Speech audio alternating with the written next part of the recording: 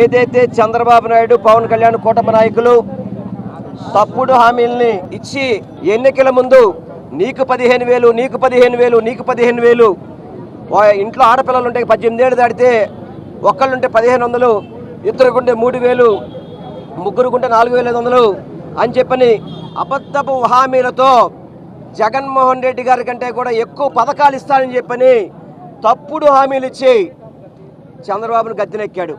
గద్దెనెక్కిన తర్వాత ఈ రాష్ట్రంలో అప్పుల భారం పెరిగింది తప్ప ఏ ఒక్క సంక్షేమ పథకాన్ని కూడా అమలు చేసిన పరిస్థితి ఈ కూటమి ప్రభుత్వం చెయ్యట్లేదు.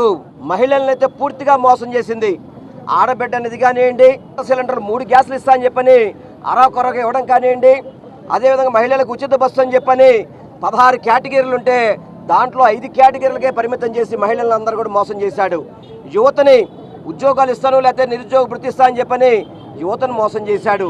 అదేవిధంగా పెన్షన్లు అని చెప్పిన వృద్ధులను కూడా 50 ఏళ్ళు దాటితే నీకు బీసీ ఎస్సీ ఎస్టీ మైనార్టీలకి నేను పెన్షన్ ఇస్తా అని చెప్పని ఈరోజు ఆ ఊసే లేదు. ఇట్లా ప్రతి ఒక్కరిని కూడా చంద్రబాబు అనే వ్యక్తి ఏ ఒక్క ప్రజానికాన్ని కూడా మేలు చేసిన పరిస్థితి లేదు. మోసం మోసం మోసం, చంద్రబాబు అంటేనే మోసం, మోసం అంటేనే చంద్రబాబు నాయుడు అనే విధంగా ఈ కూటమి ప్రభుత్వం పరిపాలన చేయడం అనేది చాలా బాధాకరం.